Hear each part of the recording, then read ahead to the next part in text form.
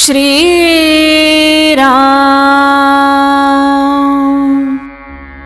नाम प्राणाबरोबर सांभाळावं.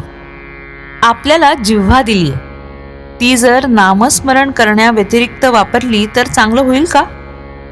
जे करण्याने देवाची प्राप्ती होते ते न करता इतर गोष्टी बोलून वेळ घालवला तर कसं चालेल? तुम्ही अभ्यासाकरता जी पुस्तकं घेतली ती जर नुसती उशाला घेऊ लागलात तर अभ्यास होईल का? म्हणून म्हणतो, आपल्याला जिव्हा दिलीये तिचा उपयोग नामस्मरण करण्याकरता करा. प्रकृती चांगली सुदृढ आहे, चांगले धट्टेकट्टे पाय आहेत. ते जर देवाच्या प्राप्तीकरता वापरले नाहीत तर पाय नसलेलं काय वाईट?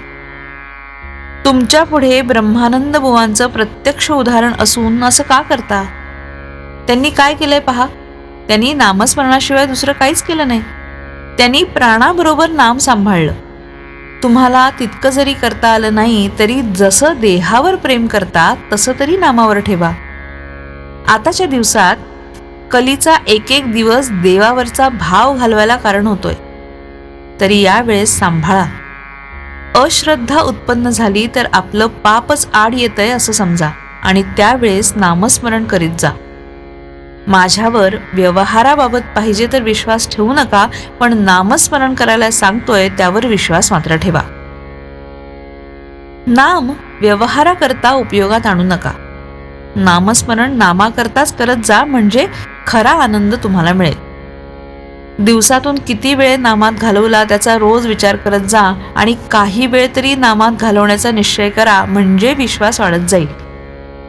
खरं समाधान तुम्हाला नामातच मिळेल. भगवंताचं नाम हे स्वयंभू आणि स्वाभाविक आहे. नामाबद्दल संशय किंवा विकल्प आले ना तरी ते तसे आग्रहाने घ्यावे. सर्व संशय आपोआप नाहीसे होतील. भगवंताचं नाम हे बँकेत ठेवलेल्या पैशाप्रमाणे आहे. वेळ प्रसंगी ते खास उपयोगी पडतं. विकल्पांच्या उच्चाटनाची गुरुकिल्ली म्हणजे नाम.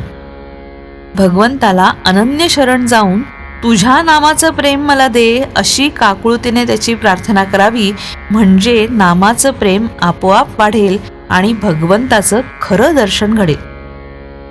वासनेमुळे माझ्या आनंदाचा भंग होतो, म्हणजे वासना माझ्या आनंदाची चोरीच करते. ज्या समाधानाकरता माझी खटपट चाललेली असते ते समाधानच वासना हिरावून नेतं.